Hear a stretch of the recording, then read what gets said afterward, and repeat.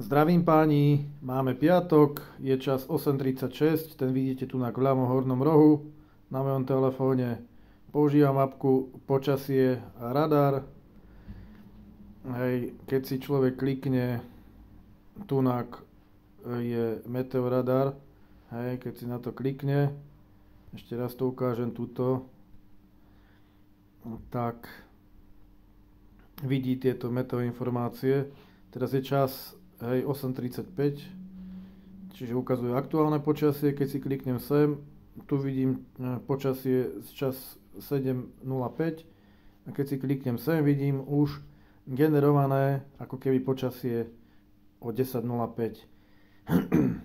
Viem si poprepínať aj vlastne dnes, zajtra, nedeľa, pondelok, ale to už sú také blúdy, že to nesedí. Ja mám nastavené týmto špendlíčkom, že som na Starých horách ako v práci a ešte krásne ukazuje aj tuto, že kedy má začať pršať. Čo niekedy viac sedí toto. Treba o 15, keby som chcel vyrážať, tak by nemalo pršať, ale to sa ešte všetko môže zmeniť. A ukazuje, že pršať má tu na Starých horách až do nejakej 10. Do 9. Zle hovorím, do 9. Tu sa dá ešte niečo rozkliknúť, aké somarinky sa tam dajú prečítať, ale to ma nezaujíma. Mňa zaujíma ten meteoradar a teda od tohto sa budem odvíjať a keďže to zamrzá, chcem to iba takto popreklikávať. Neviem, prečo to nejde tak, aby ste to videli, ako ten front sem prúdi. Ak to není vidieť, tak bohužiaľ. No ale jedná sa o to, že chcem ísť na ten výlet. Dovolenku mi bohužiaľ nedali, takže vyrážam dneska po robote o 15. zo Starých hor a ak bude pršať, niekde sa zašijem a prečkám búrku, ale furt je v pláne ten Liptov. Bude tam chladnejšie, bude pršať, bohužiaľ. Chcem byť až do nedele, bude to City Survival. Pokiaľ sa podarí, mám aj trochu viacej nejakého jedla, ale peniaze nemám žiadne.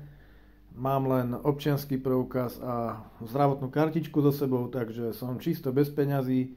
Mám nejaké záchranné jedlo, ale určite mi to nepostačuje na toho 2,5 dňa, čo budem preč. Takže sa budem musieť uživiť na cestách. No a o tom bude všetko toto videjko, čo chcem natočiť. A problém je len ten, že keďže je zlé počasie a má byť zima, tak musím mať viacej výbavy, čiže mám so sebou viac oblečenia. Ak by som zmokol, ak by mi bola zima, že sa musím prezliecť. Takže o toto je to horšie, že idem teraz, že toho teplého oblečenia a toho náhradného oblečenia tam musí byť viacej.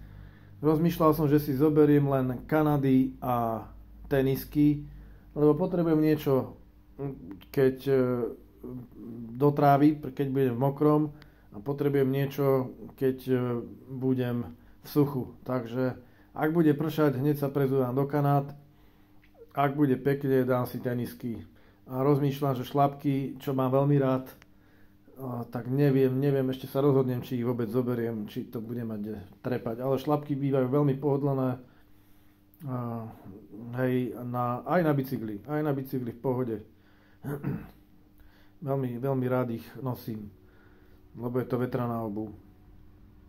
No, tak to je asi všetko, čo som chcel povedať, takže máte sa na čo tešiť.